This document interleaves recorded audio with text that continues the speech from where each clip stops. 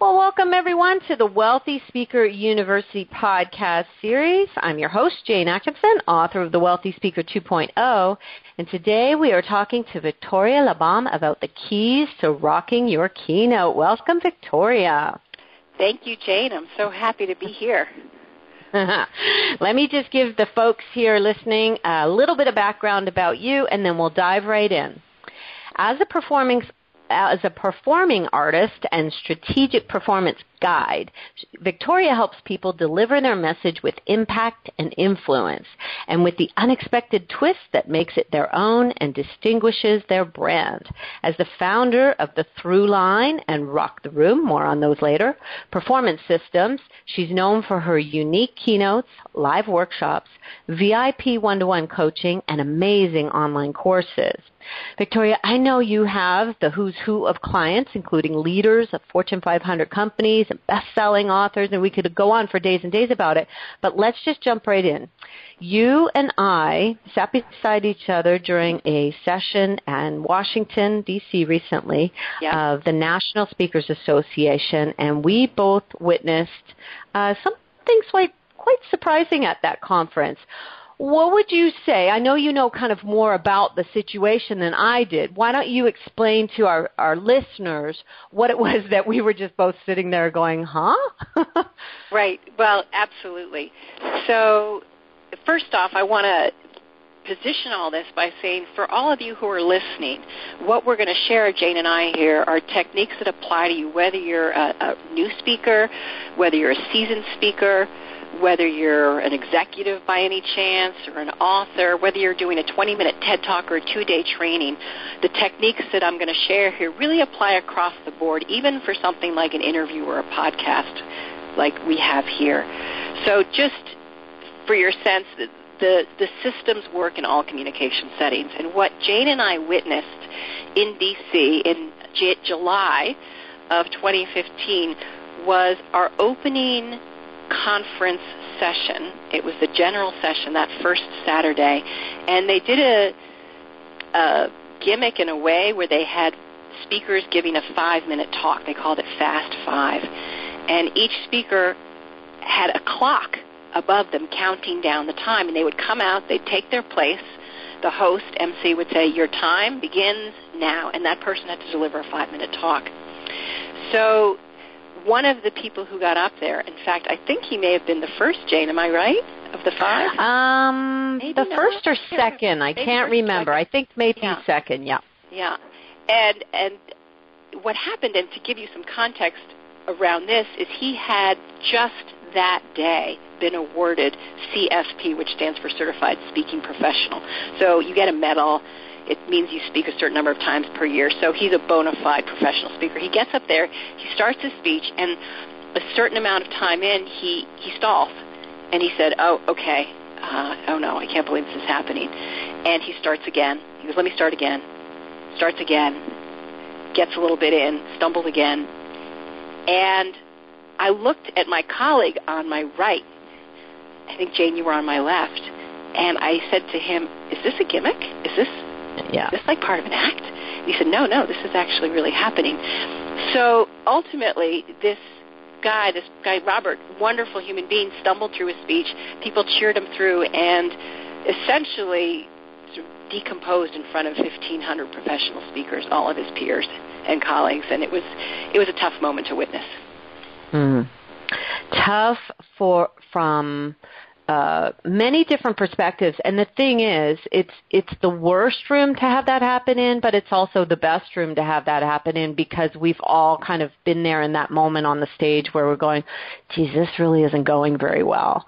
And so what happened after that was quite remarkable. So tell us what occurred between the two of you. Well, I think as a community, we're all concerned for him because, as you just said, Jane, it's the worst and the best. And I would not have been surprised had he left. I don't know if I would have had the guts to stay. Like I know a comedian who once was so bad on stage, she said she went back into the women's room and then crawled out the bathroom window into the parking lot to get home because she didn't want to walk through the club. Wow. So I was surprised to see Robert the next day. I would have thought he would have exited the whole scene, but he was standing there at the back of the room the following morning, Sunday morning. I went up and I gave him a big hug, and I said, I'm happy to sit with you for 15 minutes and give you some techniques so that this never happens again. Because I could see from his stumble that he had memorized a script. And we also knew it because at one point he pulled the script out of his pocket and just put it down on the stage and started to read from it. And that, in my opinion, can really throw you off, a word-for-word written script, unless, and there is a whole series of circumstances under which that might be okay. So I said I'd be happy to sit with him for 15 minutes. He said, whatever you want, I'm so happy to have your help. That, Jane, as you know, turned into a longer conversation where I said, it would be great is if you could get back up there, if you can convince the conference organizers to let you get back up. It's only 5 minutes. It's not a 20-minute talk. And there was a lot of back and forth, no, yes, and finally it was a yes, thanks to Brian Walter, who was the chair. And 2 days later, on Tuesday morning, Robert got up there and rocked it. So in the moments between that Sunday night when we got the green light and Tuesday morning when he rocked it, he and I worked through a series of types of sessions to get him ready. Wow. And I don't know if anyone from NSA will listen to this recording after the fact, but I just want to say thank you so much for being gracious enough to give him a second chance. I have tears in my eyes just talking about it now because in the moment in the audience, I'm like bawling my eyes out because it was just such a moment of humanity, You don't always get a second chance. And here he got it. And not only when I first saw him walk out on stage, Victoria, I thought, that's a different person. And I didn't know you had had anything to do with it at that point until he finished speaking. So tell me, what were some of the fundamental things, like how he was showing up? Like how did that go in your coaching together? Yeah. Okay, great. Sure. Happy to dive in. And I know we'll only be able to cover so much because this is a limited time. So I promise for those of you listening, if you want to take it further, Jane and I will show you ways to reach me and to get more, so I'll be able to cover as much as I can in the limited time. Sure. It's one of the key elements, and I mentioned this in passing a moment ago, is how you prepare. And for Robert, he's been speaking professionally for 20 years. And when I asked him afterwards, had he ever written out and memorized a script, he said, no, never. And this is something for all of you and myself and Jane, for all of us included, to think about. Sometimes when the stakes are high, we shift our prep system, and you have to rely on the prep that's gotten you to where you are. And so he did something he'd never done, which is write a script out word for word and try to memorize it. And I asked the reason he did that, and he said, well, I wanted to give as much as I could, given that it was a 5-minute window. He thought, and these are his words exactly, because I asked him by email in prep for this podcast, I said, could you explain to me why you did that? And he said, I wanted to provide the group the most impact in as few words as possible with the limited time I had. And I packed way too much in a short time, which completely stressed me out. Right. And wouldn't you say that is a common occurrence, not only on high-stakes presentations, but in a lot of presentations, especially people, Victoria, moving from, say, a workshop or a training environment over to a keynote? Yeah, 100%. The real key, and this is, if you take nothing away from this call, this is the one thing I want you to pay attention to, is the tendency is to think about how much information we can deliver. And as you said, I wanted to pack the most amount in. And that, by the way, leads us to do all kinds of crazy things like plan 20 minutes for a 20-minute slot, which is right up to the wall. There's no wiggle room. Or to shove in all our best ideas. Or to flood them with everything that we have. And more is not always better. So rather than think about all the information you want to come across with, whether that's in a one-to-one sales setting or 1-to-1,000 in a keynote room, think about the experience you want to create for your audience, because for them it's new. It's new material, and you take it for granted that you know this, but it's a lot for anyone to take on. So you think, what do I really need to share with them so they can get something that they need to move forward, and as much as I can really valuably give them, given a limited time, meaning valuably give them in a way that they can digest it. It's a little bit like food. If you take off such a big bite that you can't chew it, or you eat so much food that you have a stomach ache, you can't digest it. It's not great. More food isn't better. What's the appropriate amount of food?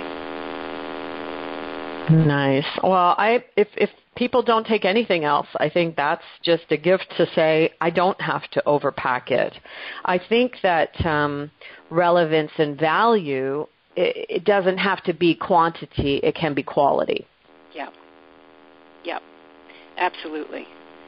And what I shared a moment ago, which is sort of that general idea of in your words, sort of quantity over quality, really is an outline for the three things I'd love to cover on this call if we can, which is, how to plan out a little bit of your prep, how to present in a more relaxed state, and I hinted at that a little bit, and how to deliver like a pro.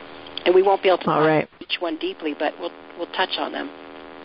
Okay, so let's start with the planning, and what is it that I've worked with you on a few occasions, Victoria, and I really don't know anybody who is more prepared than you are. Oh. You really, my goodness. So you obviously have a strategy and a philosophy around that. I'm eager to hear what it is. Yeah. Well, prep is king. It's. I say to my clients, you're not nervous. You're just unprepared.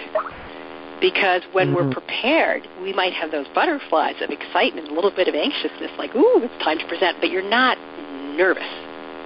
Right. And there's a difference.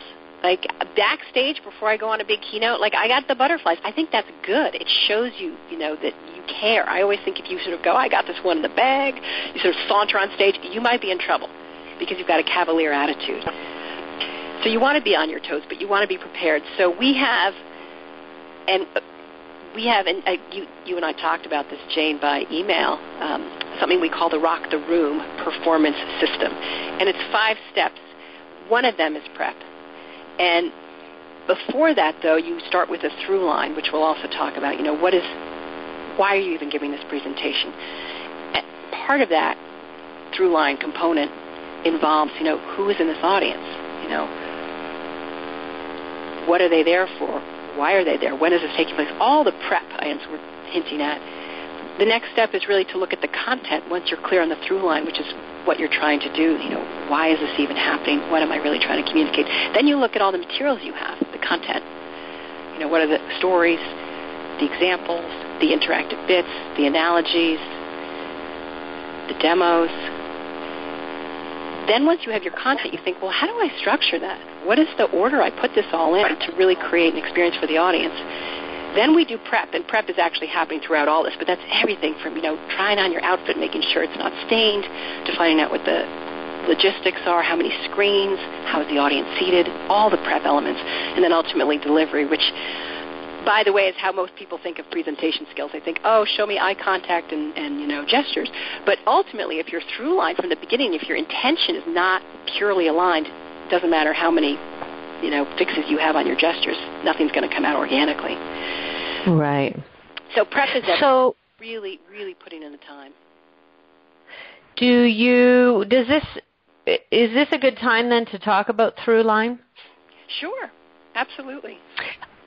So you and I have I've used it in a really kind of not the real manner that you've intended, and that's why we've kind of moved over to this phrase that pays idea, Right. kind of one idea that you repeat throughout your presentation. Your idea of through line is much, much more broader and much more noble than that. So just really explain it so that everyone understands the difference. Okay, sure. Well, phrase that pays is an awesome concept from Doug Stevenson. Mm-hmm. And just to recap that, his idea, and he's so smart about this, it's, short and sweet, like 2 to 6 words. It's rhythmic. It includes a call to action, like the famous one you talk about in your book, Joe's Let It Go. Mm-hmm. All these other elements. The through line really is... It's bigger. Yeah, it's bigger. It's your noble intent. And the through line ultimately is a theater term, and it refers to the driving force behind a character's behavior. So in every play, in every film, we see a character, or multiple characters, and they're driven through the film or the play by some intention.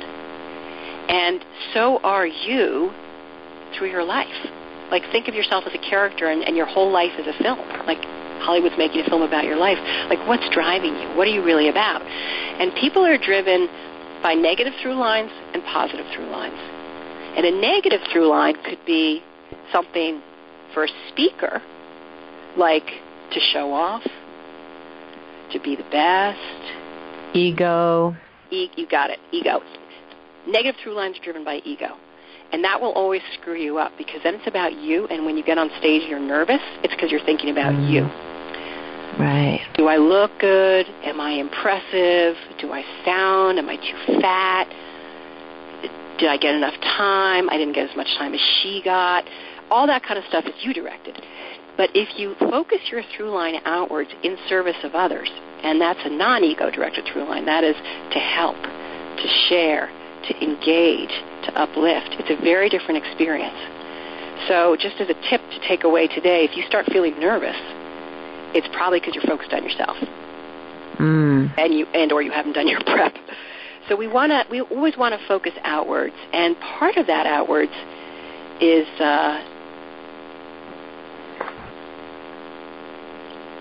sorry, I got distracted because I thought I hadn't covered something, but I have. I don't want to repeat myself because I know our time is tight. Okay. But you want to think, what is a noble intent in the larger picture, and rather, and this is what I was going to say, I'll say it quickly, rather than go right to your computer screen, which is what we do. Oh, I've been asked to give a talk. Let me start fixing my content and my slides. I just want you to pause for a moment and say, in the big scheme of life, why does this even matter?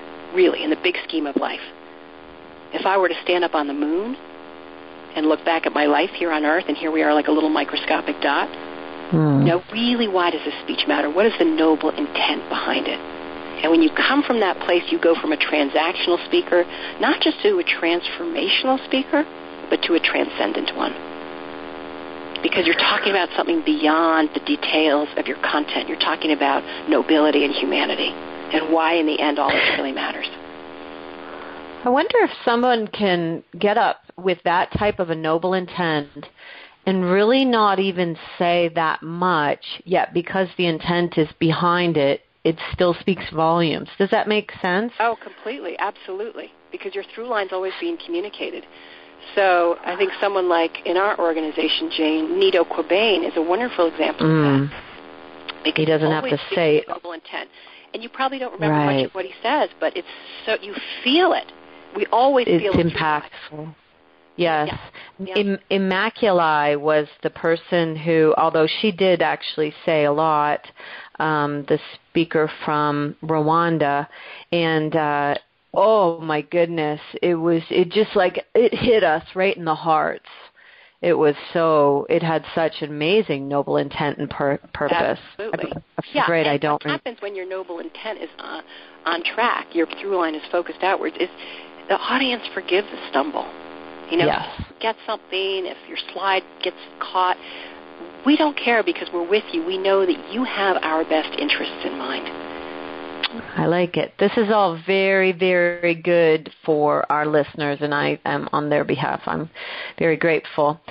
Okay, where do we go next with this? We've talked a little bit about planning. Have we covered it? Do we need to speak more to that? Yeah, let's talk. I want to give you another takeaway tip right away. Okay. And I mentioned it about in the context of, more is not always better, and planning 20 for 20, meaning 20 minutes for a 20-minute slot. One of my key tips is to always plan for 10% less time than you're allotted. I call this the 10% rule. So, for example, if you're told that you have a 60-minute slot, and by the way, you better make sure it's actually 60 minutes, because sometimes it's not. They say it's 60 minutes, your event planner, but then you say, well, are there introductions and announcements? They go, oh, yeah, actually we do. Our CEO is going to talk, and then we have some housekeeping. So actually you don't have 60 minutes. You actually only have 54 minutes or 56 minutes. So first you got to find out if it's a true 60 minutes. And I always ask, are there other announcements? And then I also ask, does the speaker before tend to go over? And they're like, oh, actually he does. Our CFO always goes over. So I know, okay, I don't have 60. Once you know your true time, take off 10%. So let's say they told you have 75, you grill them a little bit, and they say, actually, no, you only have 60. You take off 10%, which means you take off 6 minutes, you're down to 54. And the 10% rule is great for 3 reasons. One is you just feel more relaxed up there. You're not rushing. just knowing that you've wiggle room. It's like leaving for the airport early. You're not stressed out. Number two, if someone goes over time or someone asks a question that you don't expect, maybe they surprise ask a question, you can deal with it. You're not thinking, goodness me, you're taking me off my track of time to time. And third, if you think of an idea that you want to throw in, you're not so tight to your, quote, script that you can't add a little side comment or a little anecdote. Right. So it gives you great freedom on stage.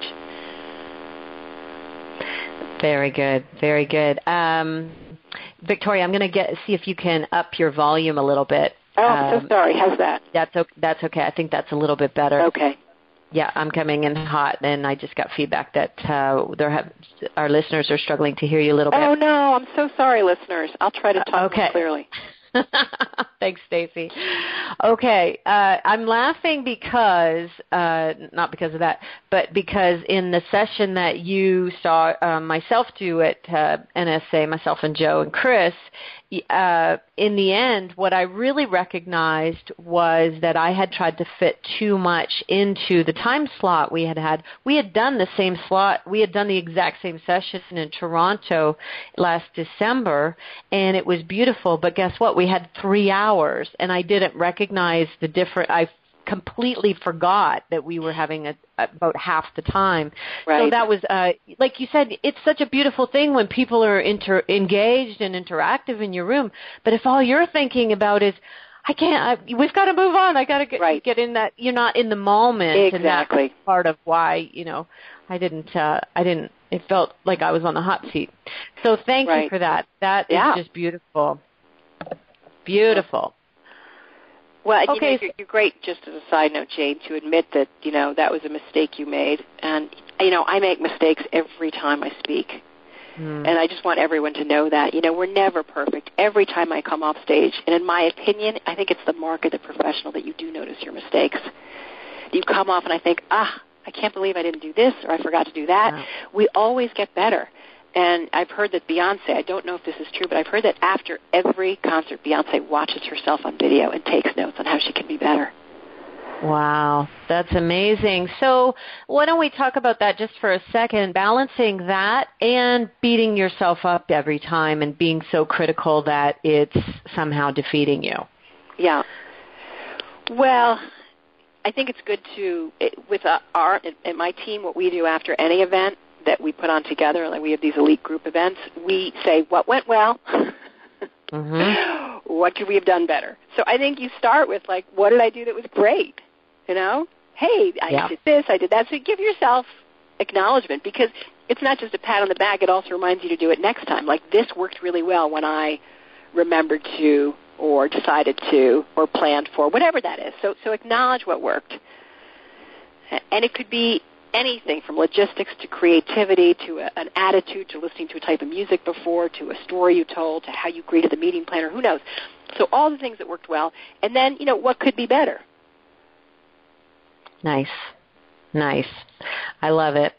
Okay, we're going to have some time for Q&A. So if anybody is thinking about a question, you're going to hit *6 on your phone a little bit later. We still have quite a bit of content to get through, so we'll hold the questions until then, but I'll let you know that that option's coming up for you here shortly.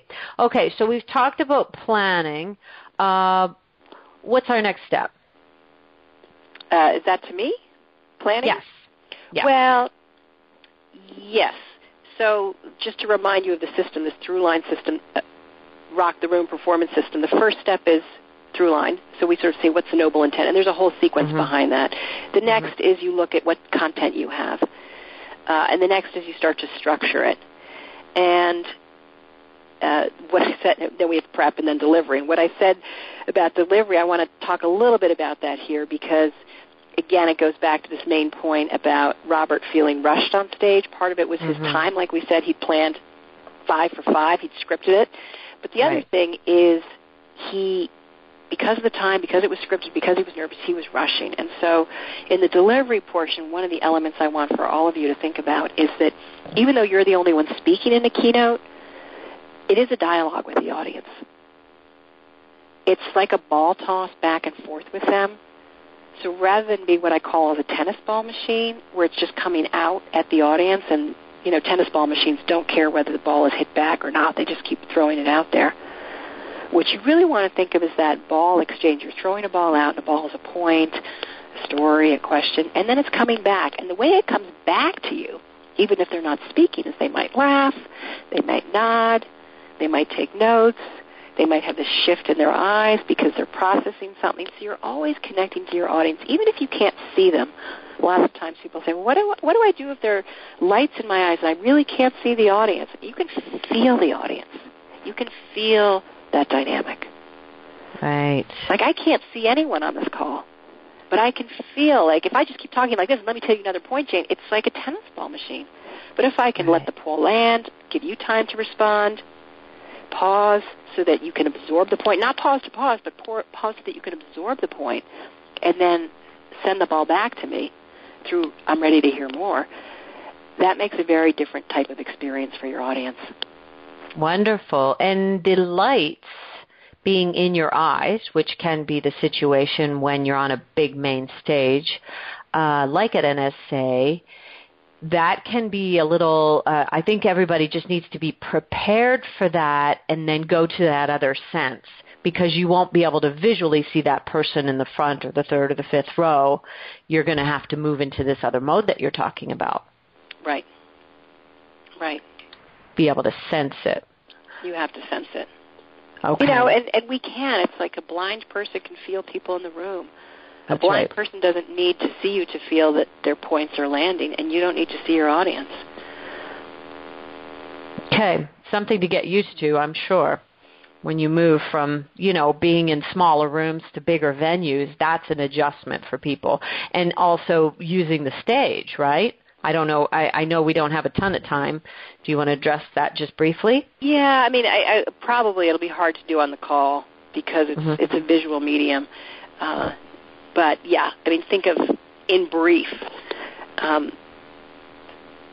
think of your stage as huge opportunity for creativity, for movement, expressiveness, what I call horizontal and vertical space. So you have a lot of canvas to work with, and you don't want to be jumping around just to jump around, but there's tremendous opportunity to take advantage of that. Wonderful. Wonderful. Okay, anything else under plan that we need to discuss before? I'm assuming we move into how to show up relaxed to present. Yeah, well, actually, I did them a little out of order because of the way the conversation was, so I apologize to all of you. Okay. Really, part of the being relaxed is the 10% rule, because that relaxes you right away. For sure. You come on, and you've got that sense. Part of the relaxed is also the prep, really doing your prep. And I feel it'd be dishonest in doing everyone here a disservice to say, like, we've covered everything. Putting together a great keynote, and I don't mean this to freak you out, but I mean this sincerely to respect the craft, is a little bit like putting together a great book or a great symphony. There are multiple moving parts, there are themes, it's got to have rhythm, and I don't mean rhythm in how you talk, but rhythm in terms of content. It's got to have what I call a full spectrum experience, so it's not just monochromatic. So you're thinking of this beautiful painting, this beautiful symphony, this beautiful movie, and each of those is a work of art, and your speech is a work of art. So it's not like, you just sit down and put together some slides, plan the 10% rule, and get up there. You really have to think of it as a beautiful experience, and the more heart and care and creativity you put into that crafting, the more effect you'll have. Wonderful. And is there something in your rule book about, and sorry to call it a rule, that's probably wrong, around timing, how often you should be changing it up? And by it, you mean your content, your speech? Yeah, I don't know if I'm asking that question right. Making sure that you've got humor kind of spaced in there. This journey that you're talking about, the book or the symphony, it has highs and lows. And right. Is there anything in terms of time, like if people are sitting there listening to a 20-minute story, is that too long? Yeah, well, my answer to that, and it's a great question, is this, and I'll tell it through a story, which is years ago I was auditioning to get into the Aspen Comedy Festival, which for those of you who know, it's a big deal. It's like a launching pad for the people who get into this big HBO Aspen Comedy Festival. You end up often with your own TV show or, a big contract, and I didn't get in. But I was auditioning, and the guy who was auditioning me, had set my time, come on Tuesday or whatever. I said to him, how long should it be? And his answer, which is my answer to all of you, is, I don't care how long it is, just make sure you're done before I am. Just make sure you're done before I am. Meaning, if your story is going on and the audience is done, it's too long. Right. But, okay. I've seen people tell a 20-minute story that is riveting. Yeah. And I've seen people tell a 2-minute story that is a snore fest. So it's really, how can you hold your audience? And, there are some philosophies about everything. There should be 2 minutes increments where there's a new experience every 2 minutes. Now it's a joke. Now it's interactive. I think that is not good advice. It really depends on your talents, where you have expertise and skills, what your material is. This goes back to the who, what, where, when, why, what you're truly trying to convey. But your main intent is to engage your audience and deliver great material, and however you do that works, go for it. Excellent. Okay, what's next? Well, just to recap here, we've talked a little bit about the through line, so your noble intent. We've talked a little bit about prep and really knowing who your audience is and who, what, where, when, why, just getting all those logistics. We've talked a little bit about the 10% rule, so you're not rushed. That's part of this prep and making sure you know what's going on. Do you really have 75 minutes or is it 60? We talked a little bit about the ball tossing, letting your points land. And we're just, at this point, Jane, it sounds like we're sort of moving into the sequence of how to create an experience. Is it a 20-minute story? How do you hold them? How do you change it up, to use your terms? And I'll just harken back to my earlier point about creating an experience. So I have a system where I help my clients outline their talks. I have a PBS special client. I have a TED Talk client right now. I have 2 executives teams putting together 3-day conferences. And I myself have a bunch of keynotes this fall. Across the board for every one of those scenarios I just outlined and many more, I have a system with these index cards. So think about an index card, representing each moment in your speech from beginning to end. So you might have an opening story that goes on an index card. You might have a funny interactive bit that goes on an index card. And I won't have time to go into it here. We have a free resource, Jane, I should say this now in case I forget, on our website. If you go to, and it's not up for those of you who are listening on the call this very, very second, it's not up right now, so come back in a little bit. We'll put it up within the week. But it'll show you really how to take a presentation and turn it into a performance. How to, essentially, what is the unexpected path to creating your life's best work? And this is part of it, outlining the experience through storyboarding that you'll take your audience through. Nice. And we're going to take them to rocktheroom.com to pick that up, correct? Yeah, exactly. So that's the URL, rocktheroom.com, and it will bounce you to the place where you need to be to grab that resource. Yeah, and the resource may not be up just yet, but it will be coming up in the next few days. Yeah. And I'd like to sorry, go ahead. Yeah, if you panic that you're going to forget, just grab what's up there now, and we'll make sure to follow up with you because we'll track who comes in today. Good. And I want to also assign a piece of homework for people to, once they're finished on our call here today, I think they should take a look at your new video that is on that. It's just terrific. Really, really great demo video. So take a look at that. Okay, so we were talking about developing this experience. Can I ask you, in terms of customization for your audiences, do you pull people from the audience kind of into your stories by doing research ahead of time, or how does that work from your perspective? I do. I try to find out as much as I can. This also goes back to the prep and the through lines, or the who, what, where, when, why. And if you're gonna have a noble intent of, why does this matter, you kind of have to know who's in your audience. Why does this matter in the big scheme of this for, healthcare professionals, or for financial advisors, or for security experts. So I do as much prep as I can. We all have our own systems, whether it's a questionnaire, researching the client online, going to the conference a little early, talking to the client themselves, talking to members who are representatives of the larger body of the audience. So it really depends on, your style. Jane, you and I have colleagues who do the same speech every time, and that is amazing because it's so beautifully fine-tuned. They know every pause, every word choice. They just have it down. I'm a different type of presenter where each one of my events is customized to my audience. There are pieces that repeat themselves. There are pieces that I'll use again and again, but each one is tweaked slightly differently for that given audience, and especially order.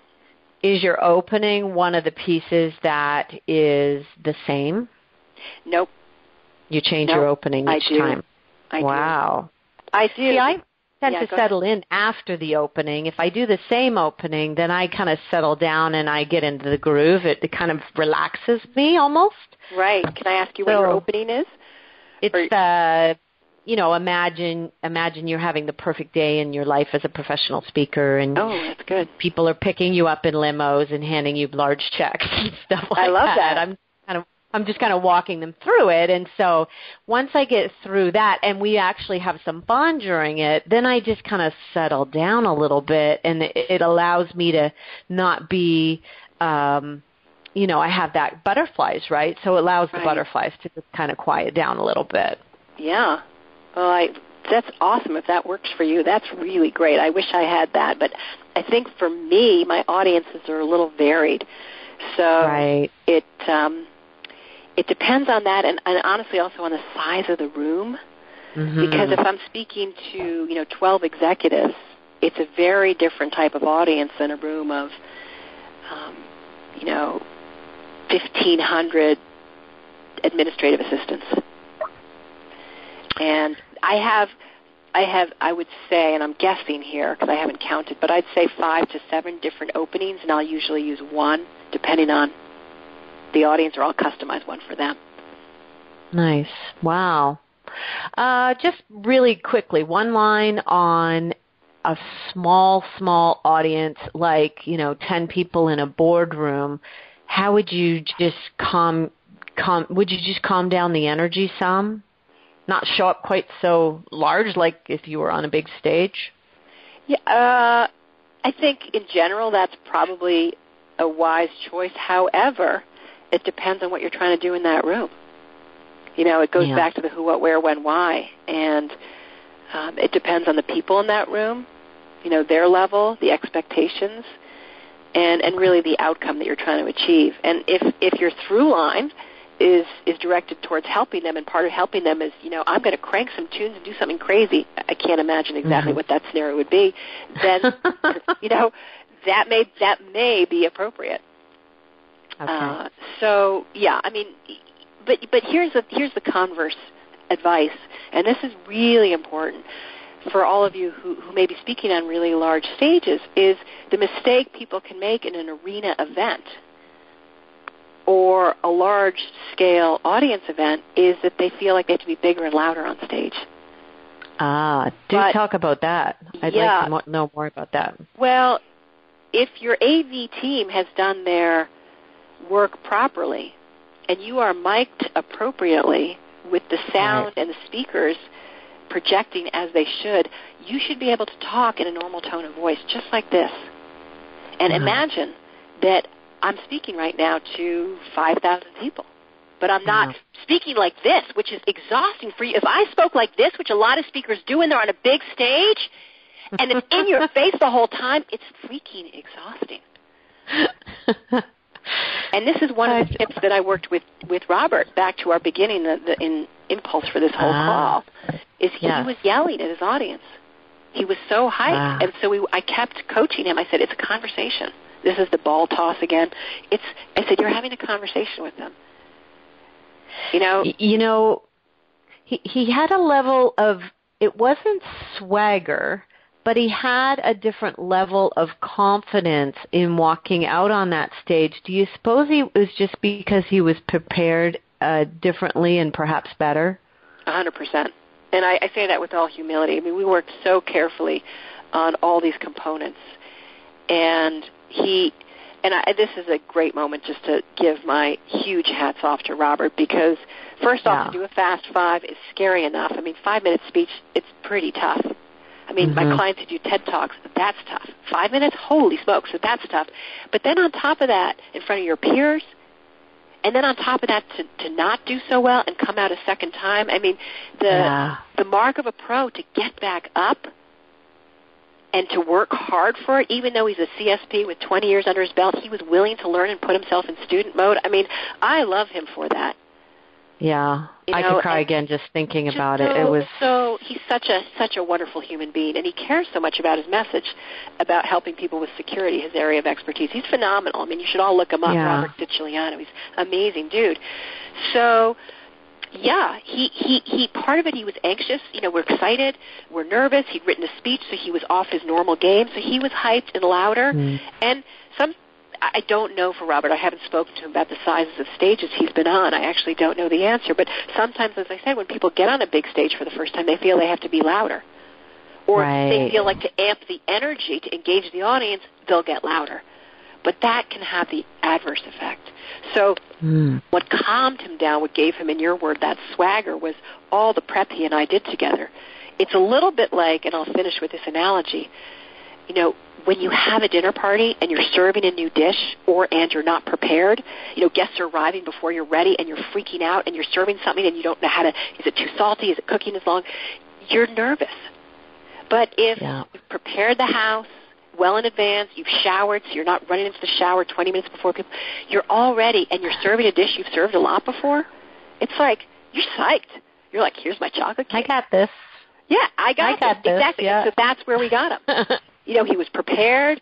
We'd gone over it many times, not memorizing, but really owning the material. So when he got out there, this was like his 30th time. In between that Sunday night and when he got out there Tuesday, he'd done this again and again. And so he was there. That's fantastic.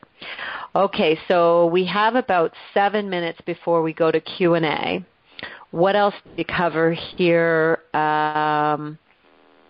around either planning or presenting relaxed or delivery? What pieces have we not covered yet?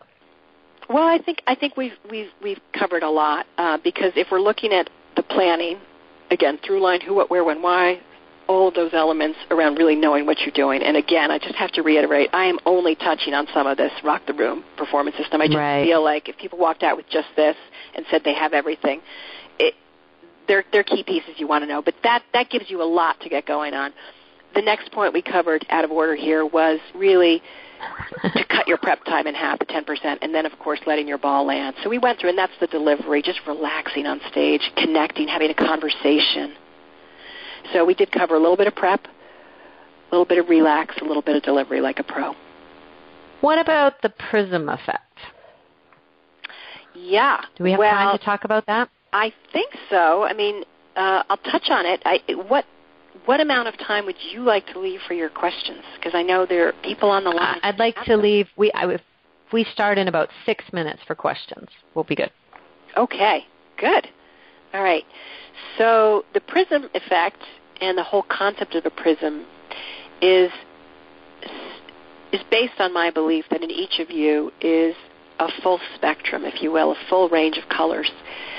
And what happens is we get older in our lives, or we've grown up in a certain culture or cul-de-sac or community, or we see other people in our industry doing things a certain way, and we think we have to do it that way, is we start to shave off colors, parts of who we are.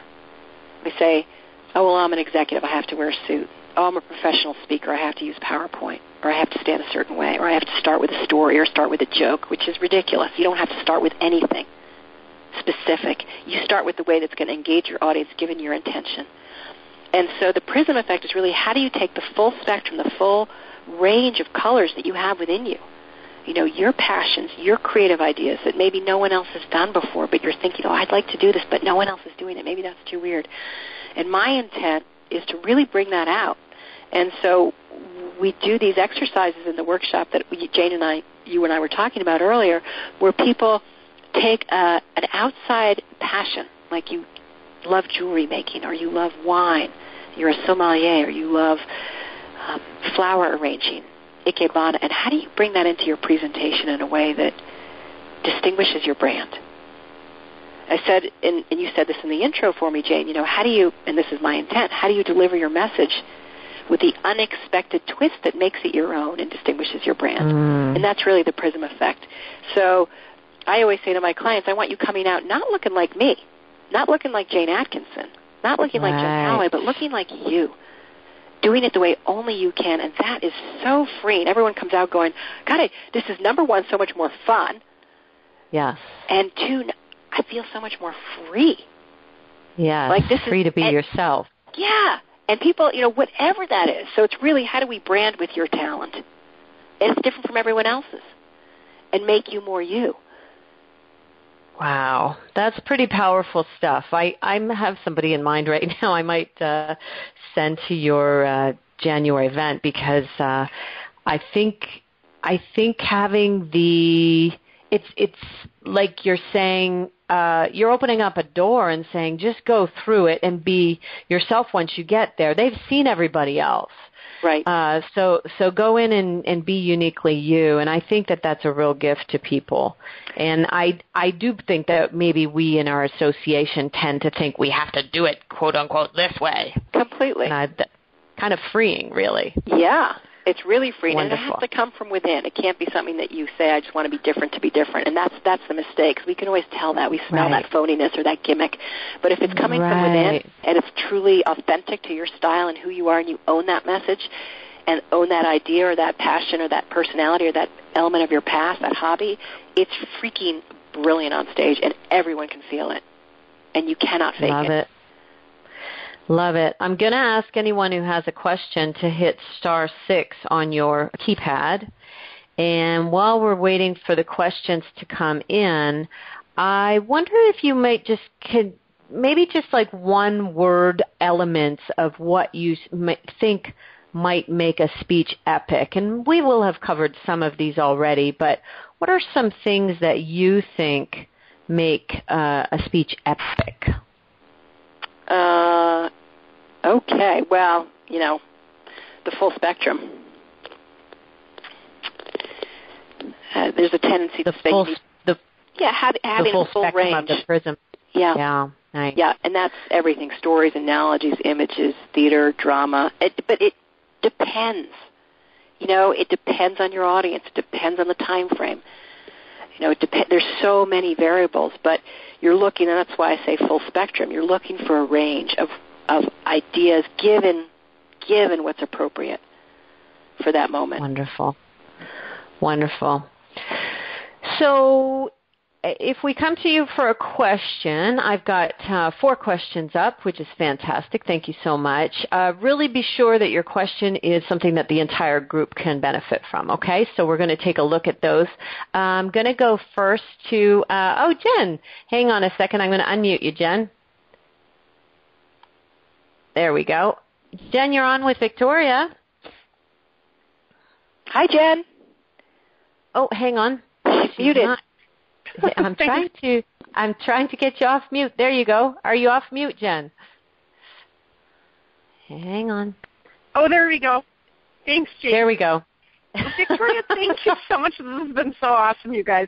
Victoria, do you a lot of times suggest having a template for speakers to kind of go off of so it's not so nerve-wracking putting talks together each time? It's a good question. Let me know what you mean a little bit by template, because I do have that. We have our Rock the Room performance system, and I'm wondering exactly what you mean when you say the word template. So, for instance, if it's if you know you're going to be speaking for an hour talk or a half-hour talk, do you kind of have, you have your opening and your closing, and then you have your stories in between, and you have your through line. When you're looking at your talk, do you have a template in mind so that you know how the orchestra goes, how the flow goes, or is it completely a new flow each time? Yeah, it's a really good question. It, for me, is a few different flows. So I would, for me personally, I would have a few different templates, and when I'm working with someone, I'll look at the opportunity ahead, and I'll say, okay, which template might work best? So, for example, one of the most common templates would be a 3-part speech.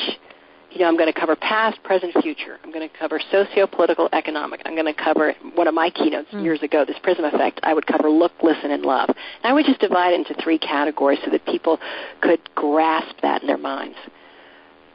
But there are many other templates. I mean, one of the greatest of all, and Jane talks about this one often, it's so brilliant, is Joe Calloway's Let It Go, which was kind of just a 1-point template. 1 point. And he made it again and again. So that was a landmark speech for that reason. Before all speakers had, I'm going to give you the 7 steps of success. And, they got confused by the time they got to the last S. They're like, and the last S is for son. And you're thinking, whoa, they don't even know. So, yeah, it's different each time, but, you're looking at the opportunity, and then, the simpler the better. The audience can only follow so much. But if you're stuck, Jen, a pretty fail-safe one is a 3-part system. So you're opening, your close, and then you say, all right, how do I divide the material they need to know? Not everything they need to know, but the material they need to know into these 3 buckets. What are the 3 main elements I want them to take away? And then what stories, analogies, images support that? Thank you so much. Does that help? Awesome. Yeah. Good. Awesome. We have someone from the 215 area code. Hang on a second. I'm just going to see if my next question button actually works the way that we want it to. Let's see. Are they unmuted? No, I don't think so. Oh, you were. Hang on. I'm going to unmute you.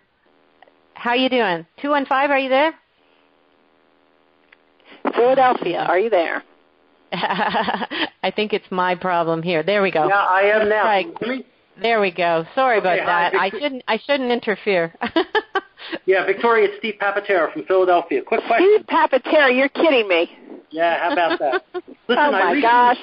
I recently saw a speaker who is electrifying on a stage, but I saw her speak on YouTube in a Google conference room, and she just looks small. And for those of us who speak in conference rooms without staging and lighting, any suggestions on how we can make the experience more like what you would get at a larger event, even though you're in a small room with maybe 20 people? Right. That's a good question, Steve. And for those of you who wonder why I lit up, Steve's a private client. He came to one of my workshops. We've been in touch for many years, so it's so good to hear your voice. I'd throw the question back to you just off the bat, Steve, and say, what do you think it was that made her look so small? Part of it was just seeing her in the same position, sort of standing next to people and not maybe differentiated from the audience. That's probably the best way I could think about it. But it was not that obvious, to be honest. But usually there's a sort of a bifurcation between the speaker is in one location and kind of highlighted, and the audience is somewhere else. And in this case, being right in the audience, like many times people in the corporate setting are, you kind of just blend in. Right. So some of it was staging and lighting, sheer positioning. Yes. Right. But for those of us who don't have staging and lighting, a lot of times when we're just talking to an internal group or a bunch of clients, is there any suggestions on how to make it more like a real experience? Yeah. Now, to clarify, so I make sure I'm answering the question correctly, is this, it's like a WebEx because you're watching through everyone's watching? No, it's live. It's still live. So you're all in the same room, but there's no stage. There's no stage, right? And she's speaking. How long did she have? 45 minutes. So let me get this straight. I hope everyone's as confused as I am. I'm amazed. So she's standing in the audience for 45 minutes speaking from like a position in the audience? Yeah, it's a Google conference room with a bunch of Google executives that you see on YouTube. And, it's not the kind of place she would normally speak, but, Google, I suspect, paid a lot of money for it. But many of us find ourselves in those kinds of situations where you don't have a stage, but you're trying to give a stage-like appearance. Right. Well, I think I push the boundaries on it myself. And this is a really important point for all of us. A lot of the time, meeting planners just haven't thought it through. And I know there may be objections coming up in your mind, Steve, like, oh, well, and you may be 100% right because you're a smarty, super smarty. So this may not be something that could have been done, but oftentimes you can say, I'm going to be up for 45 minutes, and I think it's important for the experience. Could I move over here? Is there any way we can get a light point to this direction? Just be better for focus. And they'll often say, oh, I hadn't thought of that, or sure, why not? And if you can, by the way, spin it towards their ego, like this is going to make you look better, it'll be so much better for the audience as opposed to it'll be better for me, they'll speak, then they're more likely to get on board with your vision. So that's the first thing. I would see, number one, if you can push the boundaries and rearrange the production value. Then in terms of, we're trying to make, lemonade out of, rocks here. It's sort of a tough transition. But I would say, what are the elements of a keynote like Jane asked? Maybe there's a story, maybe there's an interactive exercise, maybe she points to a screen and a video plays. So if you can keep some of the components from a keynote and move out of the mindset of talk, so that you position yourself in your mind as a keynote speaker, even if you've got, someone sitting on either side of you. That would probably help. So number one, push the boundaries of the production value. Number two, see if you can add some of the elements of a great, in Jane's word, epic keynote right into your talk. Okay, thank you. You're welcome. Thank you. Thanks, Steve. We've got about 3 minutes left, and I'm worried that the next question is going to be a little bit longer than that. So I'm going to have to apologize to our people who were hoping to get a question answered. Maybe we can send these over. They can maybe send the questions to me, and I'll forward them on to you. Or is it okay if people ask you questions directly, Victoria? Well, what we could do is try to do it. We've got 3 minutes. I can give a 1-minute answer, and then we can wrap. Okay, let's go. If you feel like that's not possible, then... Okay. I'm going to Kate White. Kate, welcome. Go, Kate White. Hey, fast and fast. Yeah, real quick. Is there any way you would suggest, Victoria, practicing when you have a new PowerPoint? Because the rhythm's so much different when you're on stage compared with when you're in your little home office hitting the keyboard at your computer. Any suggestions there? Yeah, absolutely. Great question. I would make sure I would stand far away from your computer. If you can't stand 20 feet back from your computer and read your slides, your audience can't see them from the audience. So I would stand away from it. I would get a clicker. You can buy one. Don't wait to get to the event. Buy one, give your speech, and click through and keep the slides far away from you because that's how it's going to be with them up on the big screen. Oh, that's a great idea. Thank you. Sitting down and clicking by your finger will never do it. So great question, Kim. Not Kim. Good. Kate. Okay. Thanks, Kate. I really apologize. We have people are piling up even more, so I think we're going to have to probably... That's so great. We love that. We don't love them piling up, but we love that there's engagement. Thank you all for being interested. We love that there's engagement. Thank you so much, everybody. Okay, so give us kind of one final thought that might sum things up, and I want to make sure we share with people how they can get a hold of you. Yeah, and let's just talk about that now because I know there's people piling up. So go to rocktheroom.com. There's a free resource up there right now. Grab that. You'll be in touch with us. Then you can stay in touch with us. And as Jane said, there's a video right there, so you get like a big bang for your $0. Go watch the video. Grab that free resource, and we'll put up another one in a few days, as I said, so that you can stay in touch with us. But at least that way we'll know who you are. And great. So, the final tip I want to give is really two. one comes from my great mentor, the great French mime Marcel Marceau, and he said, the amateur's always pleased with themselves. It's a sign of an amateur. They walk up, they're like, that was good. The professional is toujours inquiète, is always worried because they know their life depends on what they do. That means you come off and you think, okay, that was good, but how can I be better? And that is the mark of a pro. It's why you're all on this call, so I commend you because you're pros for being here, for learning more, even however much you know. And then the second quote, and, we've got the online course and the live event and the keynote. You'll hear this in everything I do because I care about it so much. And that is a quote from Rollo May, and he said, the opposite of courage is not cowardice. The opposite of courage is conformity. And that is my hope for all of you, not to be a conformist, not to be a coward, but to show great courage. Create your keynotes the way that only you can. Tap into your full potential and rock the room. Oh, nice. I'm applauding for everybody. Hang on, we're going to open up the call here so that everybody say thank you to Victoria, please, before you go. Thank you, Victoria. Thank you, Victoria. Thank you. Thank you, Victoria. Thank you so much.